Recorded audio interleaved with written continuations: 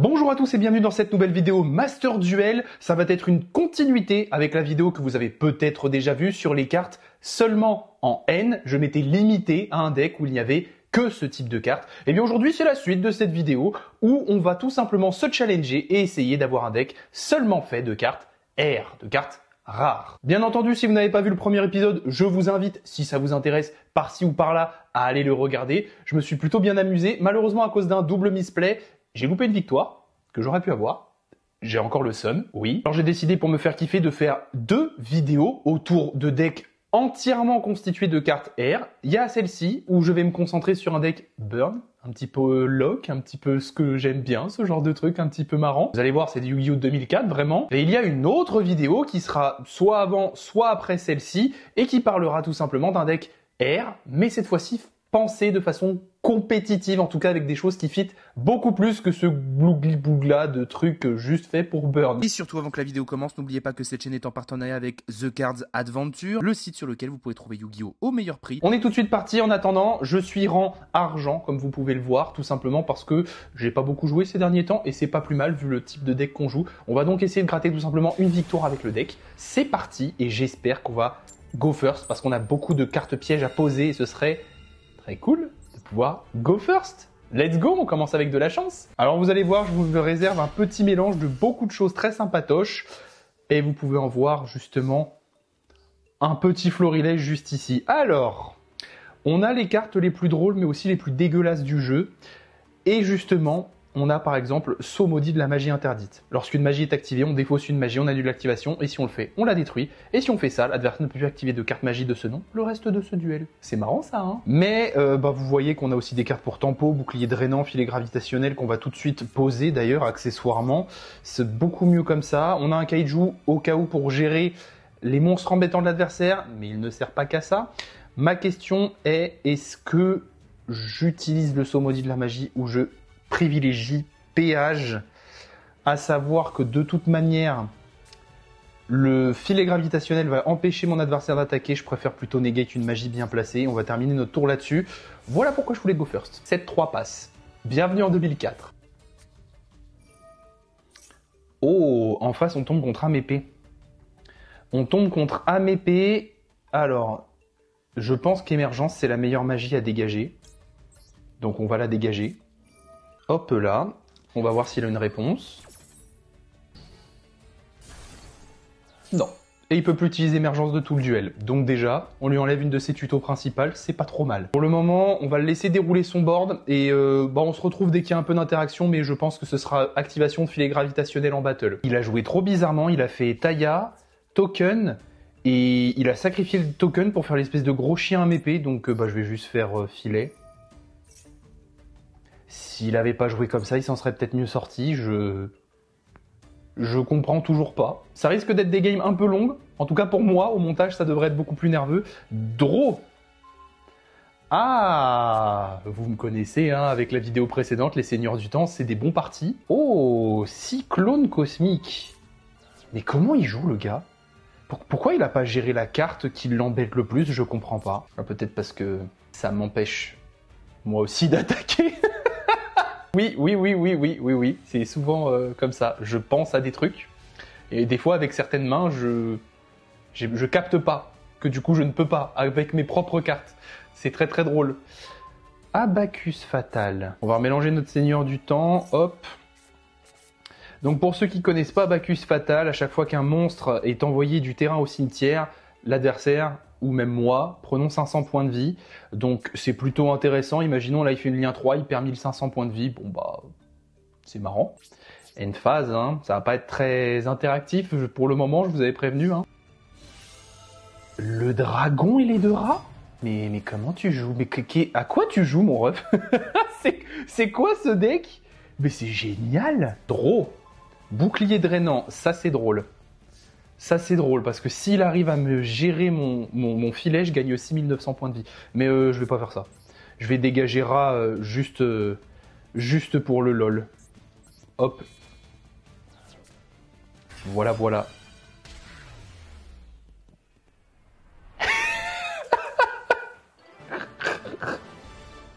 Vous avez vu la combo?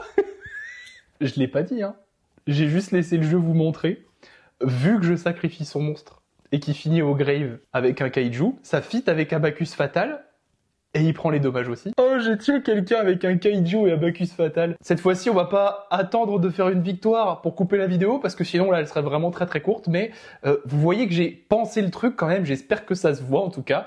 Et il y a des petits feats à faire dans le deck qui sont très drôles comme ça. On va tout de suite relancer une game.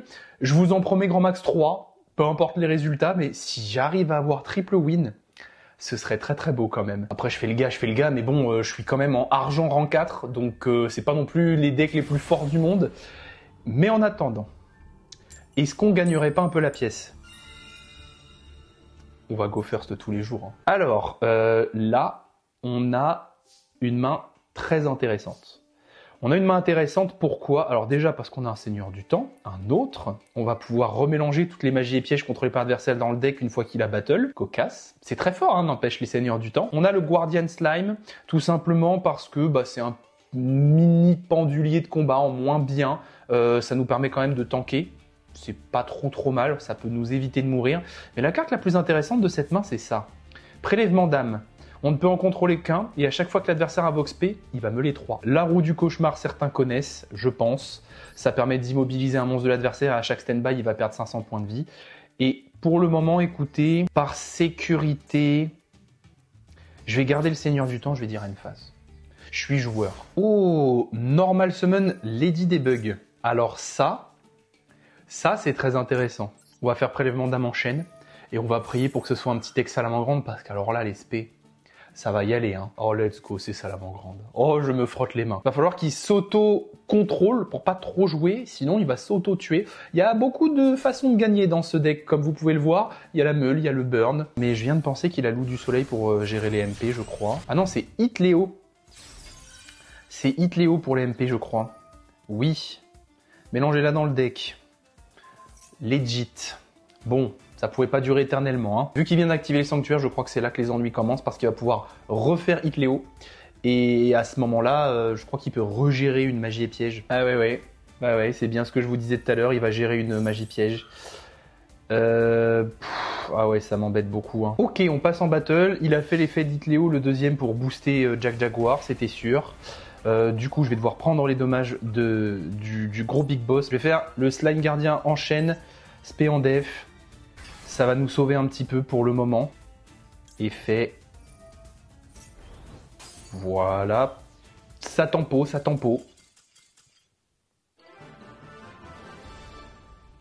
Mais pourquoi t'abandonnes sur ça, mon ref? Victoire autant? Son tour a été trop long. Attendez, je viens de découvrir une nouvelle façon de gagner avec mon deck, là.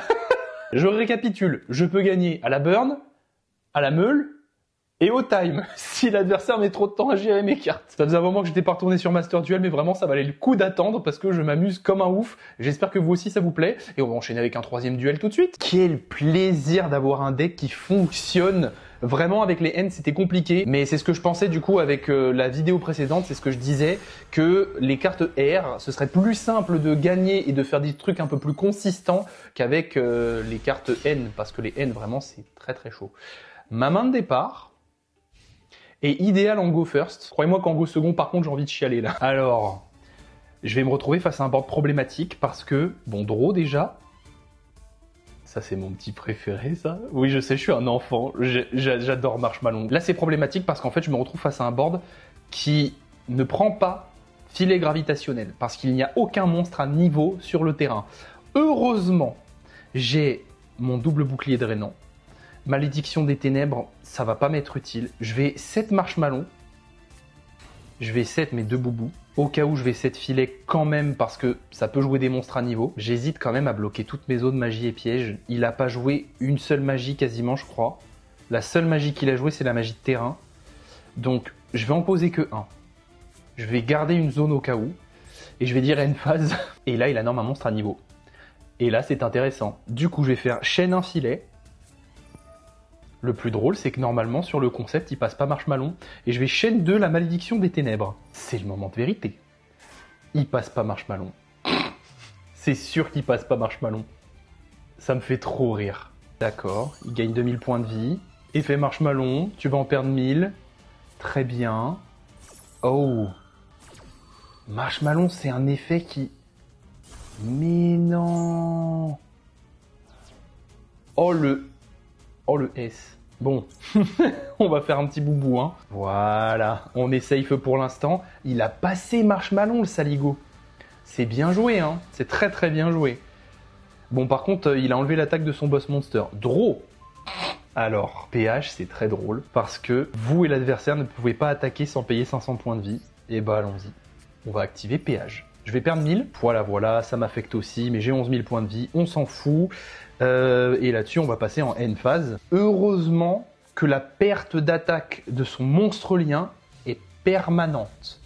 Heureusement, parce que sinon, ce serait un peu compliqué. Après, il peut surlink à tout moment. Hein. Il y a des tutos de magie. Donc il va perdre 2000 points de vie pour l'activation de sa magie, plus 1000 à cause de mon piège. C'est dommage, j'aurais pu le faire tomber à 5008. Bon, tant pis. Il va me faire une gigalien là. Il va peut-être même me faire access code. Du coup, il déclare une attaque avec l'un. On va faire notre deuxième boubou. Ça va un petit peu nous sauver. Et là, par contre, on va prendre l'attaque. Il nous reste 10 000. C'est pas mal. Ça va enlever une des X6. C'est pas mal. En vrai, c'est pas mal. On va enlever une des deux X6 qui peut taper. Ça enlève un attaquant, ça fait temporiser en soi. C'est vraiment pas mal. Ok. Au cas où il choisit d'activer de la magie, il me reste encore une place. Donc je vais poser mon deuxième piège et je vais dire fin de tour. Nous y voilà. Aïe aïe aïe, c'est ce que je redoutais. Alors normalement, ça ne me tue pas. 3 et 3, 6 et 3, 9, 9005. J'ai intérêt à top deck. Hein. Ça me tue pas, mais j'ai intérêt à top deck. Hein. Bon, on va prier pour top deck. C'est pas ça qu'il me fallait. C'est pas ça qu'il me fallait et Apollousa en plus peut le negate, donc bon. Je pense que c'est une défaite. On va voir ce qui va se passer. Bon, il fait juste battle, il a raison. Hein. Je vais quand même essayer de faire Gardien Slime, mais je pense qu'il va juste à peau. Et ouais. Et ouais. C'était serré, hein. Beau duel, 1800. Dommage. Franchement... c'est pas grave, c'était stylé. Comme quoi, même si je lui avais fait perdre les 1000 points de vie avec la piège que j'aurais pu poser, il lui aurait resté 800 points de vie, donc pas suffisant. Mais c'était quand même pas mal serré pour un deck qui peut se permettre de jouer n'importe quelle carte en face contre un deck qui se restreint. Je m'en sors pas trop mal. Bon, du coup, on va très rapidement passer sur la dernière partie de cette vidéo, la petite decklist, bien sûr. Alors voilà, on l'a pas vu, c'est dommage, mais oui, je jouais le pendulier de combat, messieurs, dames. À 3 exemplaires, parce que c'est une des entrappes rétro les meilleures, avant qu'il y ait des haches ou ce genre de trucs. Ça, c'était incroyable. Ça termine la battle phase quand même. C'est vraiment, niveau temporisation, une des meilleures cartes du jeu. Pour moi, il n'y a pas de débat. J'adore cette carte, mais elle ne sert pas seulement à cette fonction. Elle sert pour une autre carte du deck, mais on verra ça un petit peu plus tard. Niveau temporisation, bien sûr, on a aussi Marshmallow x3, parce que j'adore ce petit chewing-gum, j'adore cette petite guimauve. C'est une des cartes de Yu-Gi-Oh! Qui me fera toujours rire, qui me fera toujours avoir le sourire, c'est mon enfance. Et j'ai tellement de bons souvenirs en duel avec cette carte. C'est les feels Marshmallow, vous voyez ce que je veux dire. Bon, du coup, on a le Marshmallow 2.0, c'est l'insecte mangeur d'hommes imitateur. Si il avait un meilleur dueliste, j'aurais peut-être une game différente, j'aurais juste jamais dû le flip, garder la surprise, mais bon, ça c'est les choix. Ça, malheureusement, sur un choix, ça peut nous faire perdre la game. C'est le jeu, malheureusement, mais cette carte est trop bien, je l'adore. Bon, pour gérer un petit peu les MP, continue ou embêtante, je sais pas si c'était un bon choix, et après coup, peut-être que j'aurais dû l'enlever du deck, mais j'avais mis un Mobius, le monarque de glace, parce que j'aime la carte, parce que ça fait un gros body en invoque à 2400 pour battle, et surtout que, on peut juste détruire 2 MP sur le terrain. Bon, voilà, c'est quand même pas trop mal, et c'est surtout que, à la rigueur, si jamais je me bloque avec mes propres cartes comme avec filet, je peux détruire mon propre filet, si jamais il m'empêche d'attaquer avec un seigneur du temps, et que ça peut me faire avoir la game avec l'effet du seigneur du temps, par exemple. Parlons-en justement de ces seigneurs du temps avec 2 exemplaires de Métaillon, le seigneur du temps, donc lui il renvoie autant de monstres que possible depuis le terrain à la main et l'adversaire prend 300 pour chacun d'eux. Ça comprend aussi nos autres monstres, donc il faut faire bien attention. En complément, on va jouer 2 Afions parce que juste remélanger toute l'MP de l'adversaire dans le deck, c'est un petit peu fort quand même. 3 Jizukiru pour gérer les cartes embêtantes de l'adversaire, mais il n'est pas là que pour ça, et je vais y venir très bientôt, vous allez vite comprendre, mais bon, les Kaiju à la base c'est pour ça, mais dans ce deck il y a un petit twist, et le twist je vais vous le montrer tout de suite pour que vous puissiez comprendre, c'est Tempête Inferno. En gros, pour ceux qui connaissent pas Tempête Inferno, ça permet de meuler quasiment la moitié du deck de l'adversaire, tout simplement parce que lorsqu'on prend 3000 points de dommages de combat en une attaque, on va pouvoir activer cette carte et bannir tous les monstres du deck et du cimetière de chacun des joueurs. Alors, c'est très drôle parce que moi, du coup, j'ai des façons de burn et de gagner sans mes monstres. Donc, ça me permet de quand même gagner la partie. Niveau tempo, vous l'avez vu assez comme ça dans les duels. On va jouer bien sûr 2 Guardian Slime parce que c'est un pendulier de combat bis, c'est pas si mal. Mais bon, quitte à, si on avait eu le choix, on aurait joué l'attaque de l'épouvantail. Mais malheureusement, l'attaque de l'épouvantail, c'est une SR.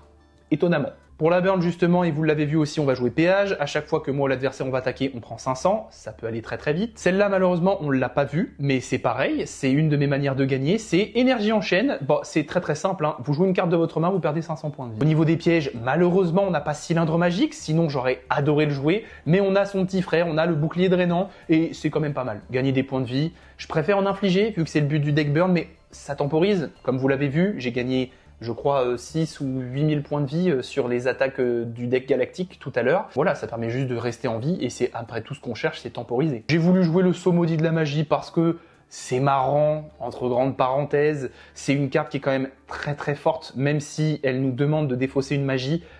Concrètement, bien calée, ça fait trop mal. Ça fait vraiment trop mal. Vous l'avez vu revu, le filet, il est bien mais pas bien. Sur les monstres liens ici, ça marche pas, donc malheureusement, c'est un petit peu à double tranchant, mais c'est un des seuls qu'on peut jouer en R, et c'est une des cartes concrètement les plus fortes en piège qu'on puisse trouver avec cette restriction. La roue du cauchemar en 2 exemplaires, bon ça c'était peut-être l'erreur à ne pas faire, valait peut-être mieux mettre les chaînes. Je vais vous les montrer juste après à la fin de la decklist, mais je pense que c'était un meilleur choix de negate des effets plutôt que de bloquer un monstre pour qu'il n'attaque pas. Même si ça met 500 à chaque stand-by. On est dans un jeu Yu-Gi-Oh! Qui a beaucoup évolué, on peut faire des liens avec le monstre bloqué, la carte elle part, elle a même pas burn, enfin ça peut juste tempo une attaque à la rigueur, et pour ça on a d'autres cartes dans le deck qui font bien mieux le taf, donc pas si ouf au final comme choix, je me rends compte, donc bon, la considérez pas. Bien que ça m'étonnerait que certains d'entre vous aient envie de faire cette liste de fous, mais sait-on jamais. Une des meilleures cartes du deck en termes de burn, surtout avec des decks actuels, je trouve que c'est Abacus Fatal. Contre le deck Salamandre, on l'a bien vu, il s'est dépêché de vite arriver à sa lien 3 parce que sinon, dans un deck combo, on a tendance à beaucoup spé, à beaucoup envoyer des monstres au cimetière pour faire nos liens, nos trucs, nos machins. Et clairement, Abacus, dans ce genre de cas, ça fait très mal. Hein. Bon, vous l'avez vu aussi, mes malédictions des ténèbres. C'est drôle, à chaque fois qu'il y a une magie qui se fait, moins 1000. Bon, voilà, ça peut être pas mal, sauf si on tombe contre Labyrinthe. Et enfin, une carte que vous avez vue très brièvement, parce qu'elle est très embêtante si elle reste trop longtemps sur le terrain. Encore une fois, pour les decks combos qui spé beaucoup. C'est Prélèvement d'âme. Meuler 3 cartes à l'adversaire à chaque fois qu'il spé. C'est quand même archi violent. Donc voilà, vous avez une petite decklist très simple, sans extra deck. Comme vous pouvez le voir là à l'écran, que des cartes R. Je me suis tenu à ma restriction et j'espère que cette petite vidéo particulière vous aura plu. En tout cas, je vais en faire une deuxième. Du coup, je vais me challenger avec un deck beaucoup plus solide, avec des cartes qui fit un peu mieux ensemble. Encore une fois, que des cartes R.